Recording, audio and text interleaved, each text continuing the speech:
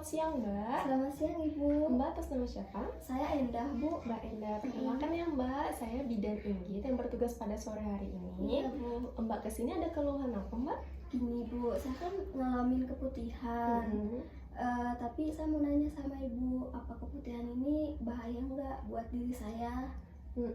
Mbak takutkan keputihannya akan berdampak pada apa Mbak? Kesehatan rahim atau kandungan saya Bu. Oh gitu. Jadi Mbak keputihan ini dialami setelah sudah berapa hari Mbak ngalaminnya? Sekitar semingguan sih Bu. Sekitar semingguan. Sebelumnya pernah nggak ngalamin keputihan Mbak? Sebelumnya nggak pernah, baru kali ini. Oh baru pertama kali ini. Iya. Oh ya, Mbak ini ngalamin keputihan ini sekarang udah mendekatin haid atau setelah haid? Jadwal haid saya masih lama sih Bu, masih jauh. Masih jauh. Jadi ini yang belum mau haid gitu ya Belum. tanda-tandanya gitu. Boleh diceritakan keputihannya Mbak seperti apa? Warnanya tuh putih kental Bu, tapi nggak bau, cuma gatal. Oh cuman gatal Iya. gitu. Gini ya Mbak ya, kita akan menyelesaikan masalahnya Mbak melalui konsultasi. Jadi sebelumnya saya boleh minta data dirinya dulu untuk Boleh. surat persetujuannya. Iya boleh. Namanya Mbak siapa? Endah Bu, Mbak Endah. Umurnya Mbak Endah berapa? 15 tahun. Oh masih 15 tahun, berarti masih SMP kelas 3 ya Mbak? Iya, Ya? Masih kelas 3 SMP. Mbak tinggal di mana? di Jalan Nirwana RT 2 Bu. Jalan Nirwana, berarti di seberang sana ya Mbak ya? Dekat sini. Oh gitu, di seberang sana. Berarti Mbak kesini itu sendiri atau diantar sama orang tua? Sendiri ya Bu. Sendiri, jalan kaki. Heeh. Jadi ini surat persetujuannya Mbak bisa baca dulu, dan jika Mbak setuju boleh langsung ditandatangani. Iya, Bu.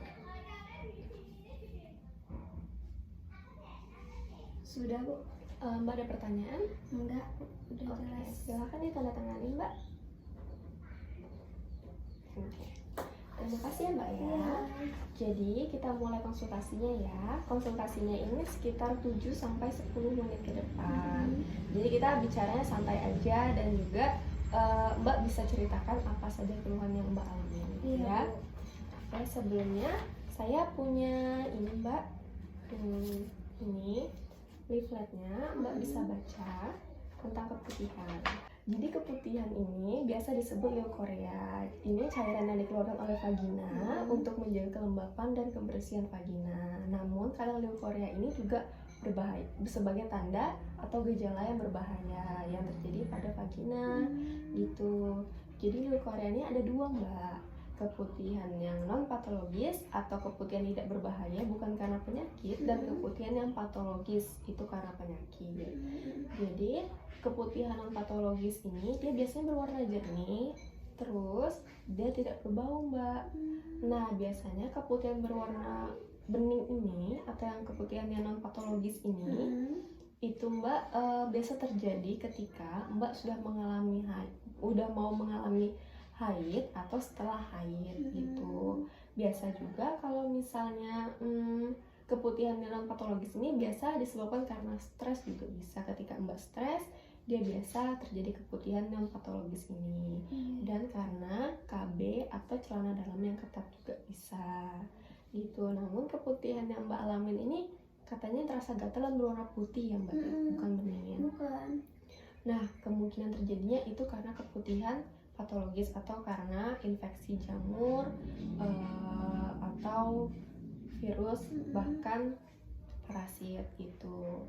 Nah namun sepertinya keputihan Mbak ini patologis namun masih terinfeksi oleh jamur karena dia terasa gatal dan tidak berbau gitu. Kok bisa ya Bu, ini keputihan saya disebabkan oleh jamur? Oh ya, sebelumnya saya mau tanya, Mbak ini biasa mengganti celana dalam itu berapa kali sehari Mbak? 2 kali sehari Bu. 2 kali sehari ya. Terus Mbak ini juga selalu membasuh vaginanya menggunakan apa Mbak? Kemarin saya tuh pakai sabun pembersih kewanitaan yang sirih itu lah Bu. Saya beli di toko. Oh gitu. Mbak biasa menggunakan sabunnya itu setiap apa Mbak? Setiap 1 hari sekali atau bagaimana? Setiap saya ke kamar mandi sih Bu selalu pakai. Setiap pipis atau buang air besar gitu ya Mbak ya, selalu dipakai. Oh gitu. Jadi sebenarnya salah ya Mbak ya kalau misalnya Mbak menggunakan sabunnya ini setiap Mbak pipis atau setiap buang air besar, karena biasa sabun ini digunakan cukup sekali dalam sehari, Mbak. Karena pH-nya tidak sesuai dengan pH yang pH di vagina kita gitu. Itu juga dapat menyebabkan keputihan juga sih, Mbak. Dan mungkin akan kalau digunakan secara terus-menerus juga berdampak buruk juga bagi kesehatan kewanitaan kita. Gitu, Mbak. Tapi Bu, kan biasanya tuh dibilang kalau sabun pembersih kewanitaan itu bagus untuk vagina, misalnya menghilangkan bau-bau yang kurang sedap atau mencegah keputihan, tapi kok bisa berbahaya ya Bu? Nah, seperti yang saya bilang tadi, Mbak, itu karena pH-nya tidak sesuai dengan pH vagina kita. Gitu. Jadi sebaiknya Mbak cukup membasuh vagina Mbak dari depan ke belakang ke arah anus, terus langsung dikeringkan. Gitu, dikeringkannya menggunakan handuk khusus untuk Mbak habis membasuh, atau bisa menggunakan tisu. Gitu, Mbak. Nah, Mbak ini kalau misalnya habis buang air kecil atau besar, Mbak langsung dikeringkan apa enggak? Enggak Bu, langsung pakai aja. Oh gitu, itu salah ya Mbak ya, harus diubah cara seperti itu. Mbak harus selalu keringkan ya. Nah, celana dalam yang Mbak gunakan ini celana dalam apa sih? Yang bahan nilon, Mbak. Bahan nilon. Kenapa Mbak menggunakan bahan nilon, Mbak? Karena biasanya tuh Bu, kalau misalnya saya pakai celana atau pakai rok itu nggak ngebentuk gitu nggak Bu? Oh, nggak ngebentuk celana dalam gitu ya, makanya menggunakan yang nilon. Nah, itu juga salah ya Mbak ya, sebaiknya diganti menggunakan celana dalam yang berbahan katun. Karena kalau bahan nilon itu dia nggak baik untuk menyerap cairan-cairan yang atau yang air yang masih tersisa ketika Mbak setelah membasuh gitu. Sebaiknya diganti ya Mbak ya. Iya. Dan Mbak keringkannya juga menggunakan tisu atau handuk, tapi saya sarankan untuk menggunakan tisu gitu.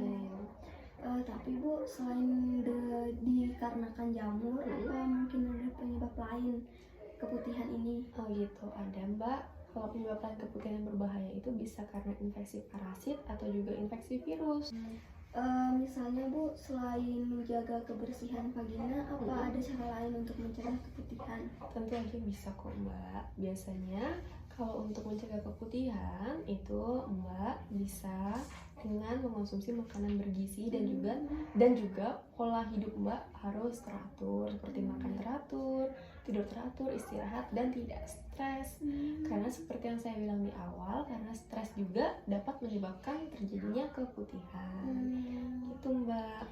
Tapi Bu, kira-kira ini keputihan saya berbahaya nggak Bu? Karena saya takut gitu ada penyakit kandungan.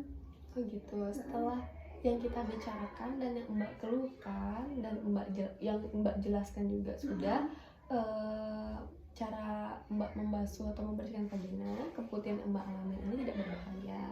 Itu hanya karena Mbak kurang menjaga kebersihan saja dan Mbak tidak mengeringkan vagina Mbak. Karena vagina itu harus tetap berada di dalam keadaan yang kering Mbak, jangan sampai lembab. Karena kalau misalnya lembab, ya dapat memicu pertumbuhan jamur dan menyebabkan keputihan dan akan terasa gatal seperti yang Mbak alami sekarang. Gitu Mbak. Jadi mulai sekarang Mbak harus menjaga kebersihan ya Mbak ya. Iya Bu. Usahakan selalu tetap kering dan juga mengganti celana dalam Mbak. Jadi sampai di sini ada yang ingin ditanyakan lagi? Udah jelas ya Bu. Udah jelas ya Mbak ya.